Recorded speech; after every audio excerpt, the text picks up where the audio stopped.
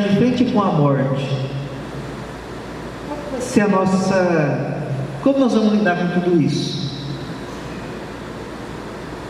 Eu falei, não parei para pensar nisso ainda, né? Eu não tenho medo da morte. Mas, quando a gente ficar sabendo assim, pronto, está perto. Eu falei para ele, eu sei que a gente é pó, né? Ele disse assim, começa a pensar então, né?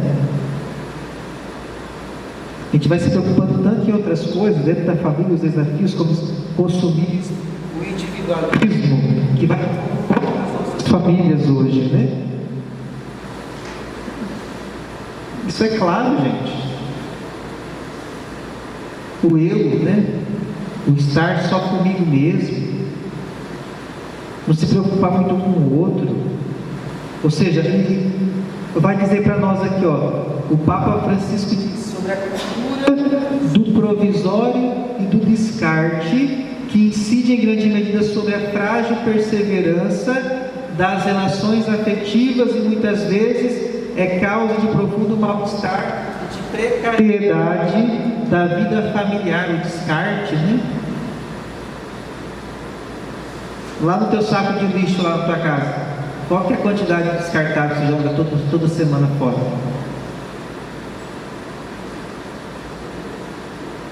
É muito lixo descartável. Antigamente parece que não era assim, eu não sou tão velho, né? Mas na minha época, eu não via que tinha tanta coisa descartável. Hoje nós falamos, é mais prático, né? Ah, não quero lavar louça, não, lá tem que lavar prato, né?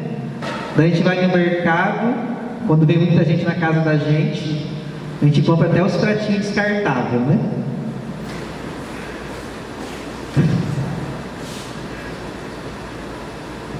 Realidade. E assim a gente vai se fechando dentro das nossas próprias famílias, né? E como nós vamos pensar em evangelizar? Se tudo está descartável. Então o Papa, ele coloca isso no documento, né? Essa cultura do provisório. O provisório hoje está aqui, amanhã não está mais. E as coisas vão passando, né? Os dias vão passando. Então, um desses desafios é o individualismo, o consumismo e a luxúria são os milhões da senzala moderna. E nós vamos nos deparando com tudo isso dentro da nossa família, dentro do nosso movimento também. Porque nós não somos santos ainda não, né? A gente está no processo. Um outro desafio que o texto vai nos trazer é o contra-testemunho na igreja. Quantas pessoas se colocam fardo pesado nas costas do outro e não faz as coisas? Quantos farisaísmos nós encontramos no tempo de hoje? E diz para nós ali, ó. E quantas vezes nós vemos o escândalo daquelas pessoas que vão à igreja, estão lá todo dia, ou vão todos os dias, e depois vivem odiando os outros e falando mal das pessoas. Isso é um escândalo. Melhor não ir à igreja. Viva assim como ateu. Mas se você vai à igreja, viva como filho, como irmão, e dá um verdadeiro testemunho, não um contra-testemunho.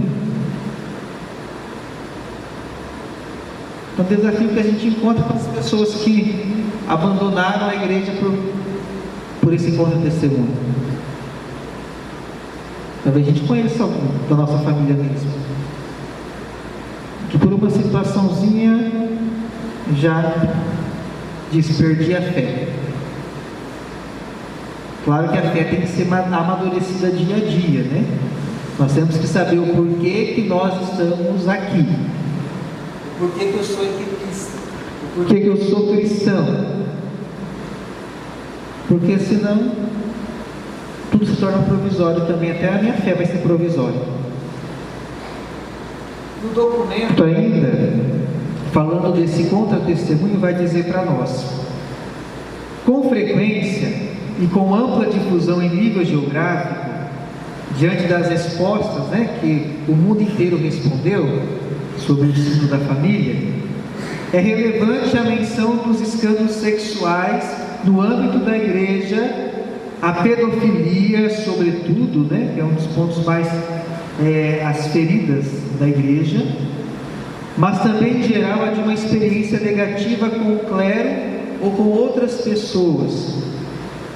Ele diz, sobretudo na América do Norte, na Europa setentrional, denuncia-se uma perda relevante da credibilidade moral por causa dos escândalos sexuais, E aqui se vê principalmente no clero, Mas quando nós formos analisar, os grandes casos de pedofilia também acontecem dentro da própria família, dentro de casa, Mas claro que quando surge a igreja, a gente pode ver a repercussão do padre que está sem paradeiro ainda aqui na diocese de Umuarama.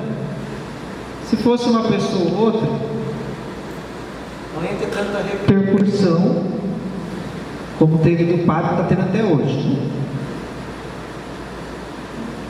Isso já é esperado, porque segundo os noticiários,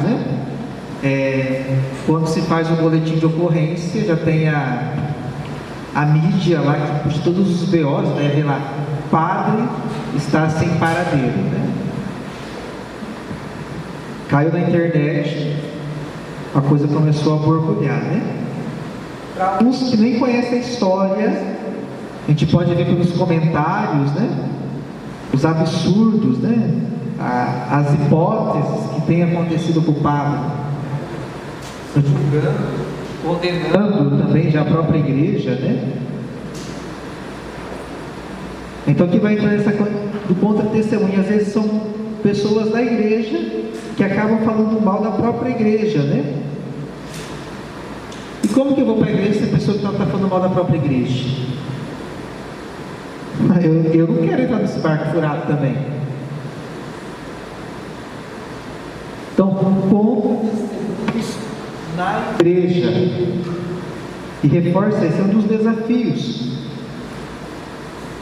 A isto acrescenta o estilo de vida por vezes vistosamente abastado dos presbíteros, assim como a incoerência entre o que ensinam e a conduta de vida. Então pegaram muito no pé dos presbíteros, do clero, em si, quando falavam das famílias. Mas também tem muito leite também assim, gente. É os dois lados da moeda. É recordado ainda o comportamento daqueles fiéis que vivem e praticam a sua fé de maneira teatral, evitando aquela verdade e humildade que são exigidas pelo Espírito evangélico. Em particular, frisa-se a percepção da rejeição em relação às pessoas separadas, divorciadas, por parte de algumas comunidades paroquiais, Então vai trazer essa questão, a gente exclui muitas vezes. Nós falamos de uma igreja que acolhe, porque Cristo acolhe. Cristo não acolhe o pecado, mas acolhe o pecador. E muitas vezes nós agimos com contra-testemunho porque a gente exclui. A gente fala tanto de acolhida, eu quero ser acolhido. Mas o outro pouco me importa também. Então, um dos desafios aí desse tempo é o contra-testemunho na igreja. Então, se você vai dar contra-testemunho, diz o Papa, melhor não ir à igreja, continue vivendo como ateu. A palavra dura.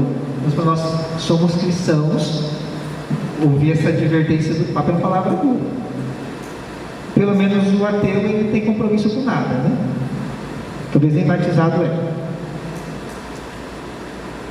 Violência familiar é um dos pontos também dos desafios dos tempos de hoje. Deixa eu achar aqui.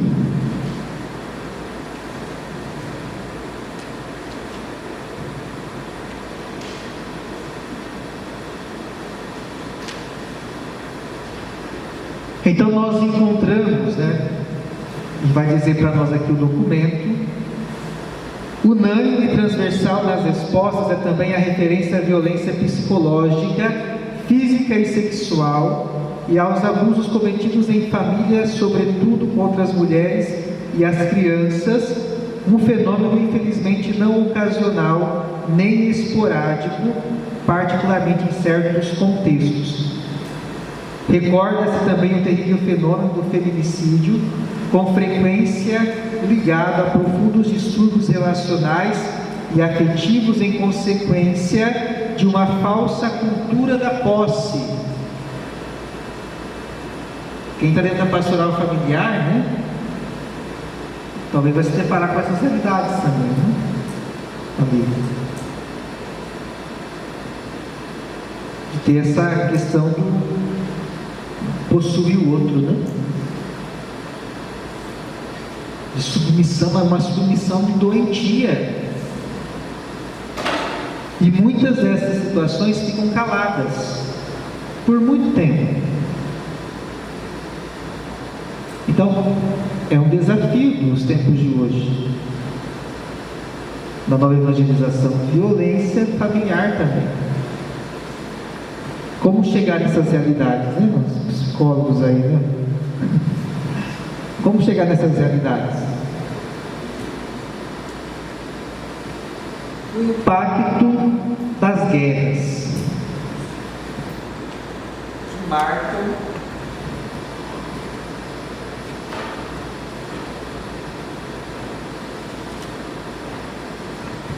que marcam profundamente a vida humana, Nós estamos aí acompanhando ainda a guerra da Rússia contra a Ucrânia, Uma situação terrível de calamidade, e vai dizer para nós aqui, em particular na África e no Oriente Médio, recorda-se o impacto da guerra sobre a família, que causa morte violenta, destruição das habitações, necessidade de fugir, abandonando tudo para se refugiar noutras partes. Em referência a algumas regiões é indicado também o efeito de desagregação social e causado pela guerra, que por vezes inclui o constrangimento da própria comunidade cristã da fé, sobretudo por parte de inteiras famílias em situações de pobreza.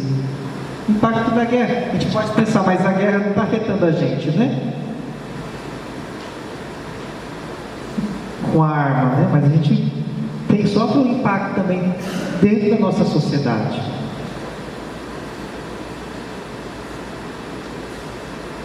Nós temos aqui padres do Haiti, em Umuarama, ali da Santa Clara de Assis.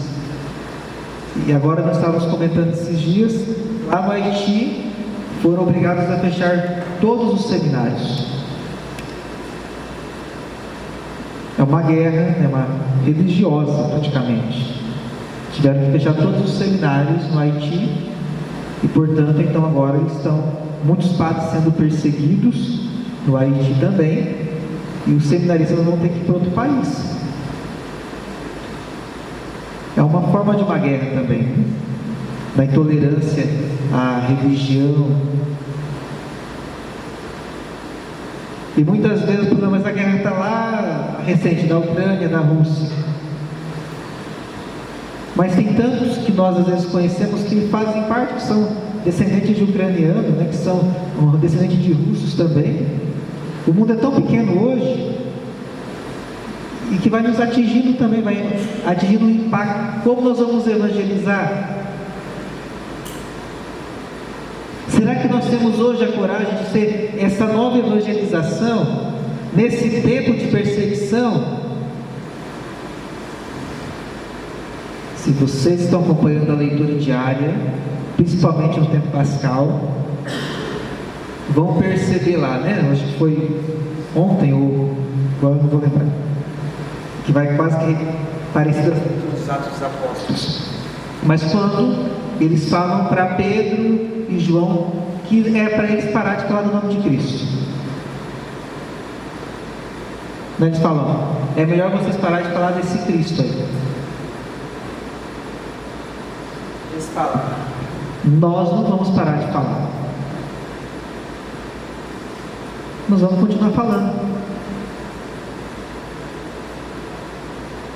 Agora, será que eu e você, eu falo por mim também, será que se nós nos tiver essa realidade na nossa frente, então você tem teu filho que é pequeno, tem tua filha, mas você é batizado, mas olha, você é batizado, você diz que é cristão,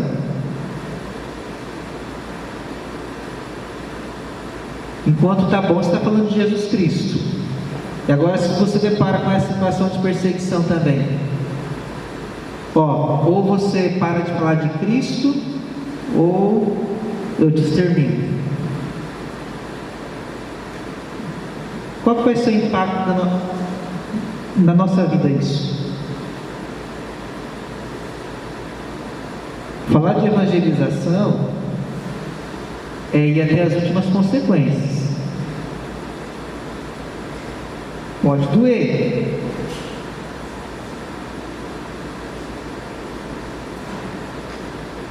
Evangelização. Última consequência é ser igreja. Será que nós estamos dispostos a isso? Será que de fato nós queremos abraçar essa causa? Pergunte para você mesmo isso. Ah, não, às vezes é melhor eu falar assim: não quero mais não, vou falar que Cristo não existe mesmo não, pronto, acabou. É o perigo que a gente corre. É o grande perigo, porque o mundo mais do que nunca vem se propagando aquilo que não é de Deus. Vai ficando mais difícil falar de Jesus diante de tantos impactos sociais, diante dessas realidades que nós vimos até agora. Vai ficando difícil. Então, como que eu vou evangelizar?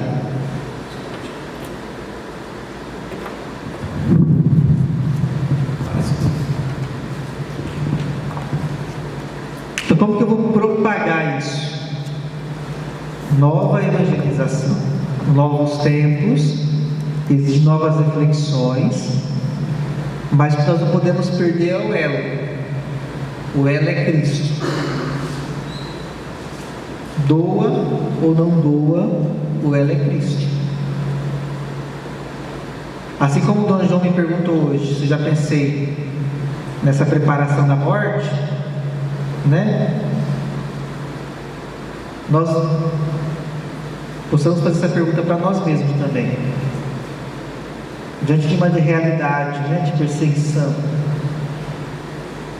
Eu faço que nem Pedro e João dizendo: eu vou continuar falando que Cristo está ressuscitado mesmo, ou eu falo: vou me calar porque é melhor. Daí a gente fere o primeiro mandamento, né? Qual que é o primeiro mandamento?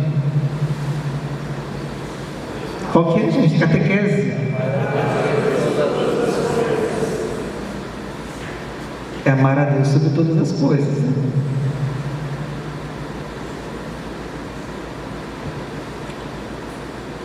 Daí você fala: mas tem meu filho, tem isso, tem aquilo. Mas o mandamento não mudou, não. É amar a Deus sobre todas as coisas. Ah, mas tenho isso. É amar a Deus sobre todas as coisas. Não é amar ao próximo primeiro, né? Ame a Deus, aquele que te criou. Está vendo como que é difícil ser cristão?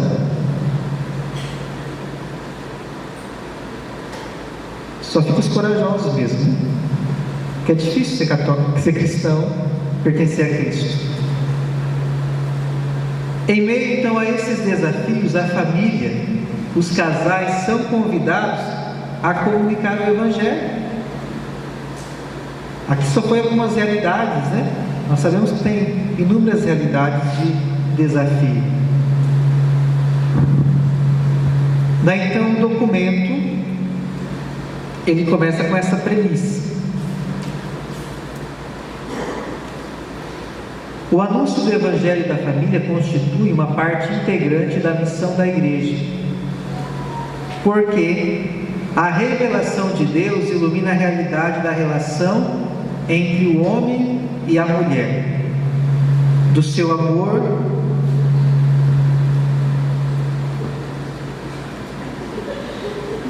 e da fecundidade do seu relacionamento. Está um ponto aqui de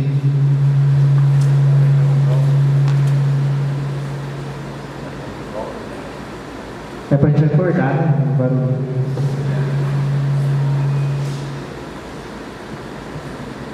Na época contemporânea, a difundida crise cultural, social e espiritual constitui um desafio para a evangelização da família, núcleo vital da sociedade e da comunidade eclesial.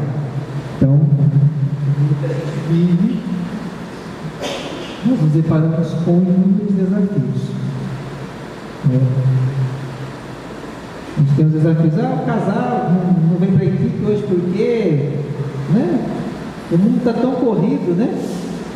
Nós estamos com a experiência começando lá porque coloquei 4 datas, né, Creuzinho? André, a Creuzinha está de amarelo hoje.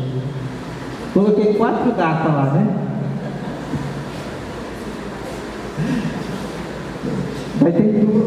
Vai dividir, tá meio a meio, quais vão ser as datas, né? Aí eu não tenho tempo hoje, tenho tempo amanhã, tá. A realidade do corre-corre, né? A gente está sempre corrido. São os desafios do movimento, né? É o convite, mas o sim, né, que a gente fala, o sim ele é primordial. Então é época contemporânea do qual a gente vive. Dos seus encontros com as famílias, o Sumo Pontífice, que é o Papa Francisco, né, escreveu isso, encoraja sempre a olhar com esperança para o próprio futuro, recomendando estes estilos de vida através dos quais se conserva e se faz prosperar o amor em família. Pedir licença, agradecer e pedir perdão. Coisa básica, né? Dentro da nossa família deve ter. Sem jamais deixar que o sol se ponha sobre uma desavença ou incompreensão, sem ter a humildade de pedir desculpa um ao outro. Aqui o Papa falou no documento sobre a família, né? A gente pode trazer para o nosso movimento, né? O agradecer, o pedir perdão, o dever de sentar-se ali, da oração conjugal, de não dormir brigado com o outro. Regrinha básica. Ser igreja nesses tempos de desafios inúmeros dentro da família. Aqui nós fechamos agora ser igreja dentro da família, na sua casa, como casal. Regrinha básica, pede licença, agradeça, peça perdão. Não é falar, passa aqui a manteiga, né? Falar, por favor, né? Palavra tão bonita, né? Por favor. Licença.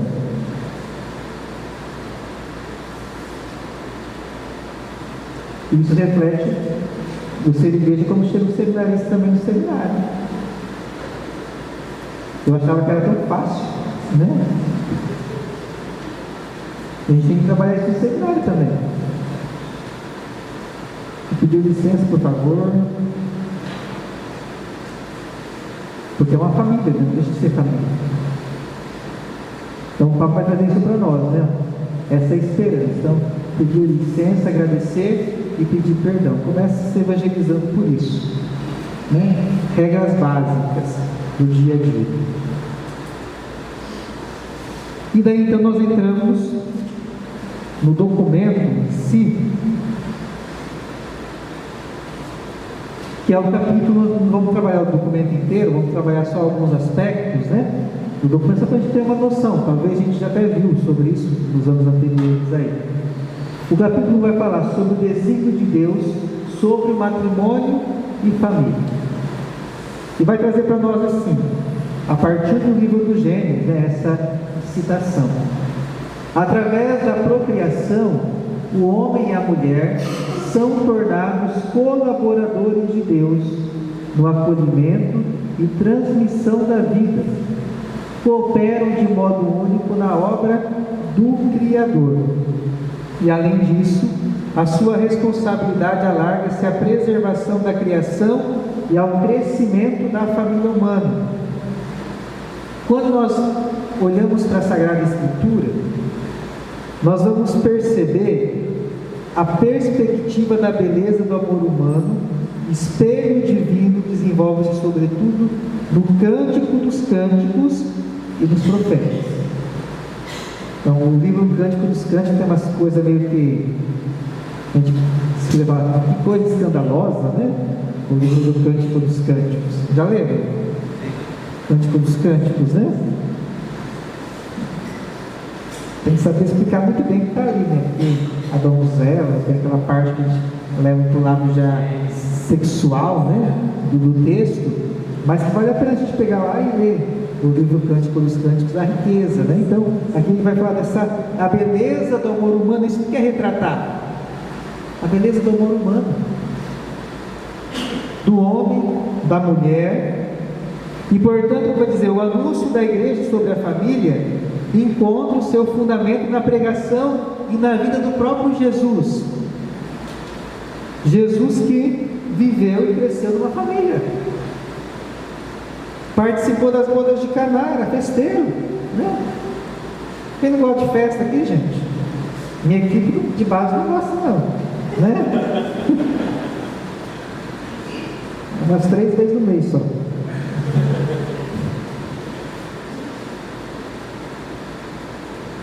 É esse processo, ele era gente, gostava de festa, né? Quem não gosta de festa, né? Eu gosto também. Todo o seminário, no mês que eu estava lá, teve 15, né? É verdade, gente. E das quais, diante dessa vivência, né, enriqueceu a festa com o primeiro dos seus sinais. Né? Lá dentro da festa, aconteceu o sinal de transformar água em vinho.